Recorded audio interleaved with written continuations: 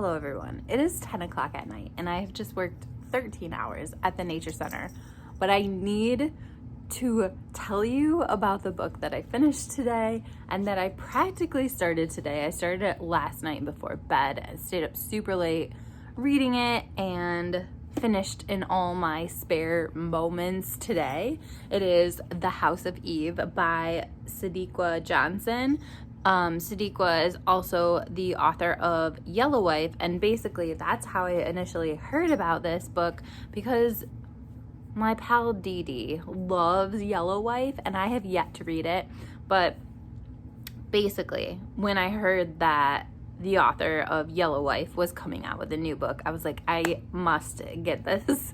And I am so glad I did. So this is dual perspective, like a dual perspective novel, historical fiction. It basically tells the story of two girls / women, and it alternates perspectives between them. The first one is Ruby. She was my initial favorite in the beginning. Basically, she is a low-income black girl. She is, I believe, a sophomore in high school when the book starts, and she is just doing everything she can to earn this scholarship that will allow her to go to college, because otherwise there's no way, no matter how much she works, like, it's not happening. It is like just way above her, like what she can manage basically without this scholarship. And she also has a very rocky home life. Some of the interactions between her and her mom I deeply connected with, not with my mom, but with another person in my life. And so, yeah, I really just, I loved that part of the story. And then our other girl, her name is Eleanor, and she is already in college. She goes to Howard University. She is much more affluent, but she still is like one of the lower income girls in her circle. She just is, you know, slightly more fortunate, I guess, that she has gotten into Howard. And she is trying to get into a sorority, which is why I didn't really like her that much in the beginning. However, she did grow on me.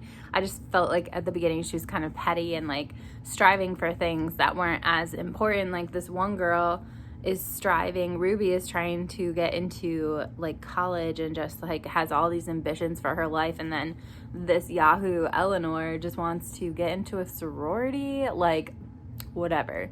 But throughout the story, I came to love them both for different reasons, but I just absolutely fell in love with the characters. And I think that is definitely one of the strong suits of this book, is that, like, I can tell you a bit more about the plot, but it's really just like you are so invested in the characters. And I'm not someone that typically gets super invested in characters. I tend to be more of a plot-driven person. But oh my gosh, they go through so much that just made me want to like swear at the people they interacted with and throw the book against the wall, and like, oh my gosh. Their stories are parallel in some ways, just because they both end up in relationships where there's a lot of drama surrounding the relationship. Like the people that they choose, like that couple is solid and like in love and all that stuff, but all the people around them have some kind of judgment and some kind of opinions about if they should be together and why one shouldn't be with the other and blah blah blah. And it's just like all these people are all up in their business. And yeah, so in that way their stories were very similar. As far as themes, there's a lot I feel like you could discuss. This would be a really good book club book. One of the major things is colorism, and just the idea that possibly people with lighter skin tones do better in life.